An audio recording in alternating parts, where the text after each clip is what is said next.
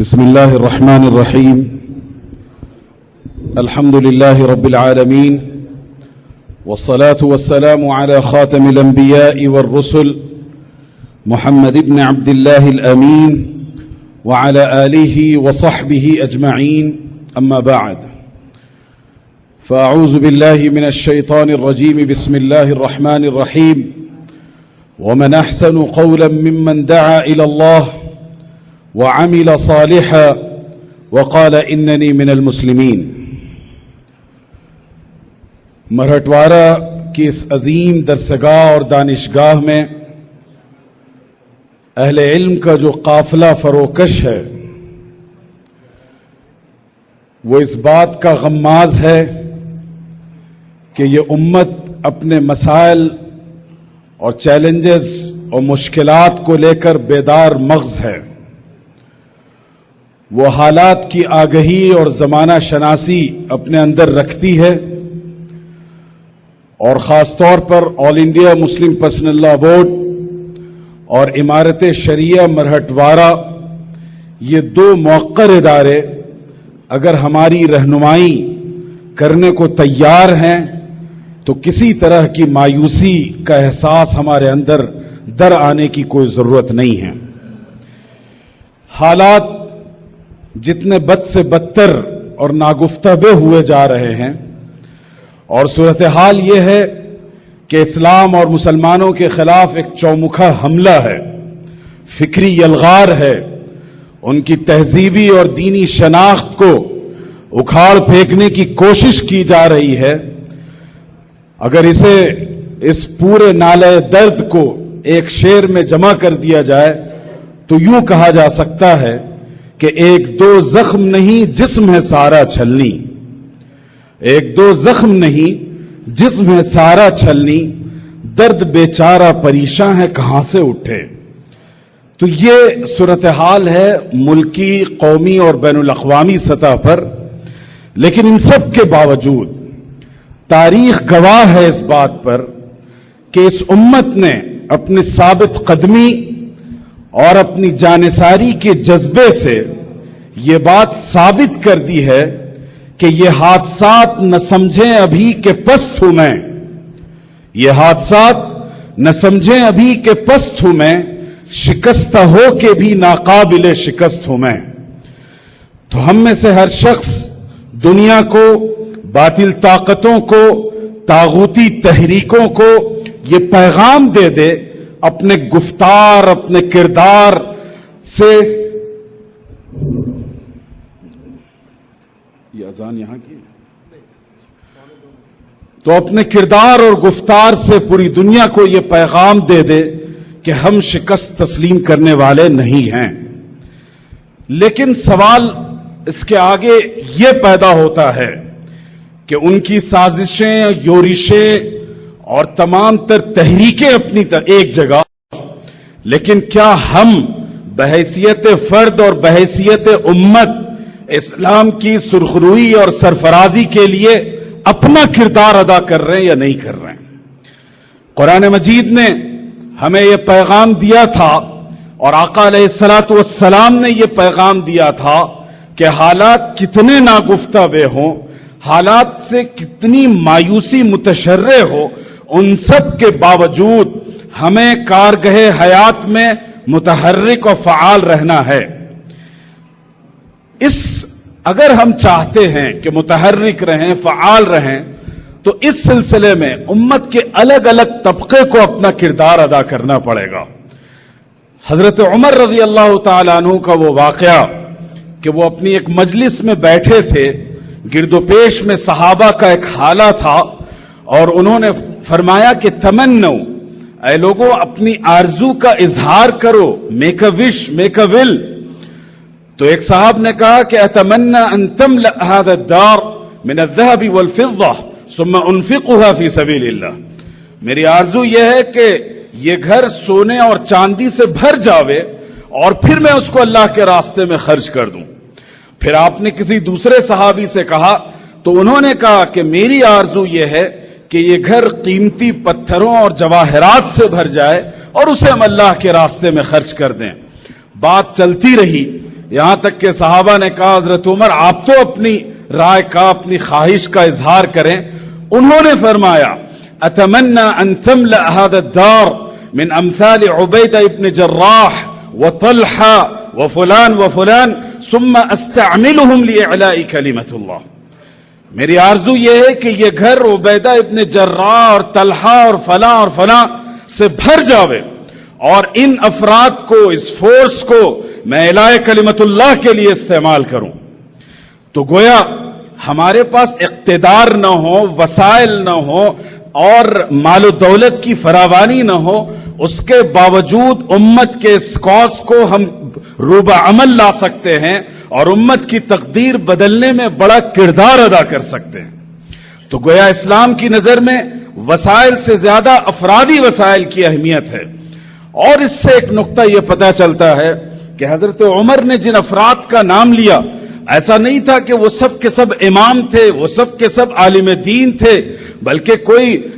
میدان جنگ کا سپہ سالار تھا اور کوئی تجارت میں تھا اور کسی کو فقہ و حدیث سے شغف تھا. یعنی الگ الگ اسپیشلائزیشن اور الگ الگ اختصاص کے لوگ تھے. تو حضرت عمر کا یہ قول ہمیں بتاتا ہے کہ اس امت کی تعمیر کے لیے تنہا علماء، تنہا مسلم پرسنل لا بورڈ، تنہا جماعت اسلامی اور جمعیت العلماء کافی نہیں ہے، بلکہ اس امت کے ہر فرد کو اپنا کردار ادا کرنا ہوگا. اور خاص طور پر جو لوگ انٹلیکچوئلز ہیں، انفلوئنسرز ہیں، جو سماج پر اپنا اثر و رسوخ رکھتے ہیں، ان کو آگے بڑھنا چاہیے. ہم آج کے